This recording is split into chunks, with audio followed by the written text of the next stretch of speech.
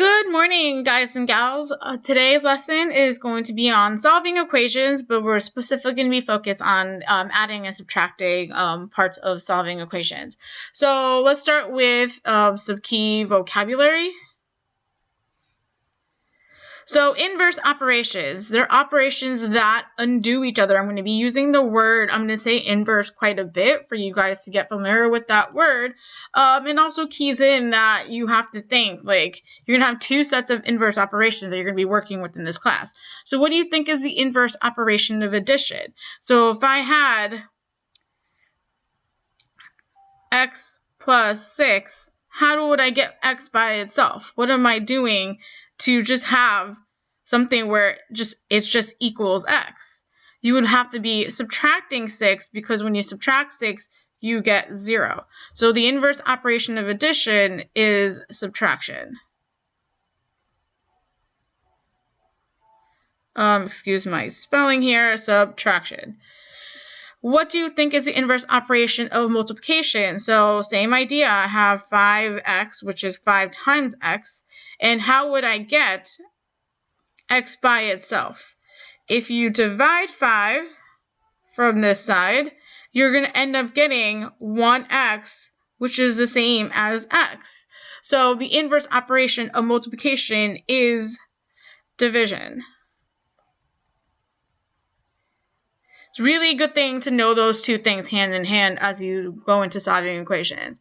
So reminder from yesterday's lesson, you guys were doing balancing equation using scales. So it's a really important visual representation of equations is that when you remove something from one side of a scale, that means the other side is getting heavy. So the balancing of equations is whatever you do to one side is going to affect the other side. It's the same thing you have to kind of do. So remember that concept. And also, show all work. You always have to. Some of you guys submitted homework without showing all work. I'm not going to give you credit for that if you're going to continue with it. And when you're solving equations, even though it seems simple in your head, show the work. Get good math habits and procedures. You're going to end up getting multi-step equations in the future that involve 2, 3, 4, 5, or maybe even 6 steps. And it's just good habit to show all the steps so you understand what you did. It's not even just for your teacher. Don't do too much mental stuff. It actually is not always great to hold so much stuff in your head. You make mistakes. Anyway, example 1. Solve each equation, show your work, and check your solution. So we talked about, so first thing I want you to do, wherever you see the equal sign, I want you to draw a line down, just a straight line down. So now you have two sides of this. This is like two sides of, a scale that you talked about yesterday. The x plus 4 is one side and the 11 is the other side. So x plus 4, how can you undo the plus 4? What is the inverse operation of addition? And that's subtraction, so that's why you're subtracting 4 to this side. But in an equation, just like a balance, whatever you do to one side, you have to do to the other side. So if you subtract 4 from this side, you have to subtract 4 from the other side. So that's why that line is really important. You have to see the same things happening on both sides. And now just draw a line across, and x plus 4 minus 4 gives you x. And remember, you have to have that equal sign. Equation isn't an equation without an equal sign. 11 minus 4 is 7. So your answer for this is x equals 7. And now we're going to check our solution. And you have to check your solution. What do you mean by checking your solution? It's what you did on Wednesday, involving substituting the value for x to see if it makes true. So you have x plus 4 equals 11. So you're going to check 7 plus 4 equals 11. 11 equals 11. So this is true.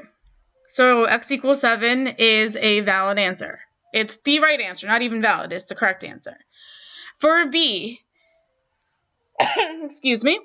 For B, again, first step, draw a line down the middle. And now whatever side the variable is on, that's the one you're focusing on first. So on the left side, you have 23 plus m.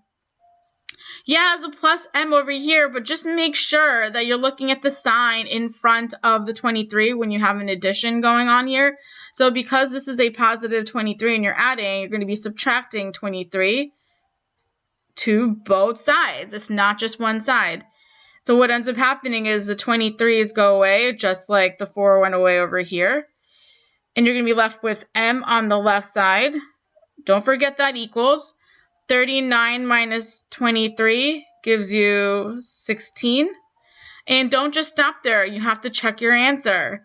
So 23 plus 16 equals 39.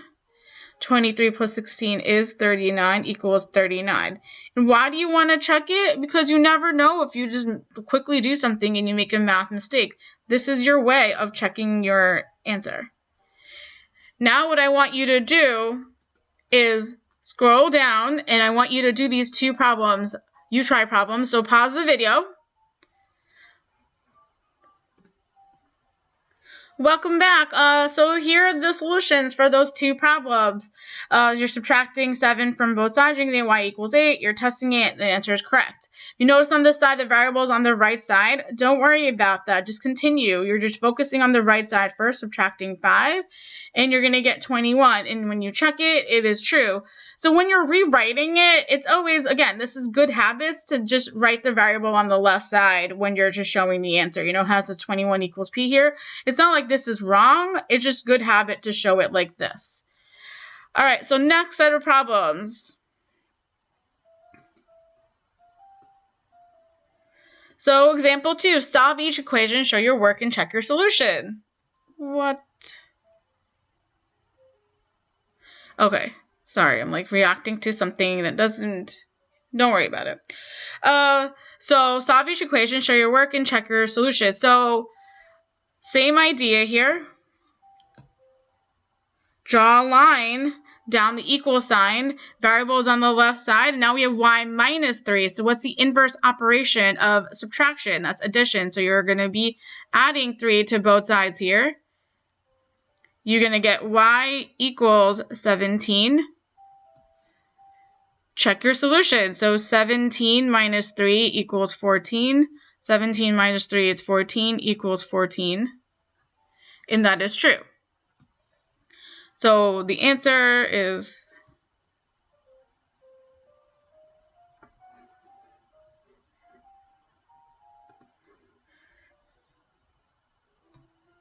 y equals 17. I just lose where the pen is sometimes. Now, next problem. Equals, line down the equal sign. So you're adding 6 1/2 to both sides. So m equals, all right, so what's 2 plus 6 1/2? So let's do that work on the side. When you're adding, first thing when you're adding that you have to do, you can change this in proper fractions, but you don't need to because this is a whole number. So just add the whole numbers together and you're going to have 1/2. If you had two different sets of fractions like this, and then you're going to need to go ahead and find the lowest common denominator and go ahead and add that way, but not in this problem. So m equals 8 1/2.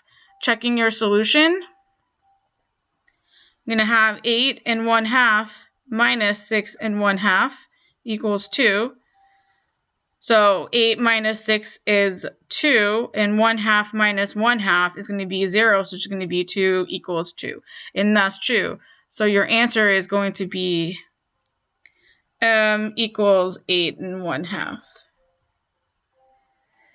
Now what I want you to do is go ahead and do the two U-try problems down here on your own and see if you can get it. So pause the video. Welcome back. So here are the solutions for those two problems. So we added 8 to both sides over here because the inverse operation of subtracting 8 is adding 8, and you get n equals 29. This is a little bit more complicated because when you added 1/3 to both sides,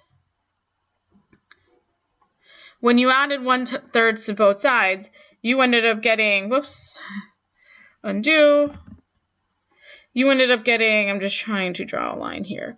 You ended up getting a equals 7/12. So when you substitute it back in, you're going to have 1/4. Wait, what did I do?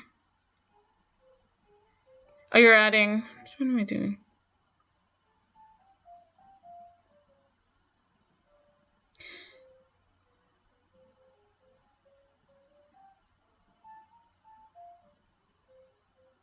A 1/4 plus 1, I completely lost track. You were adding 1/4 plus 1/3, and that's done over here.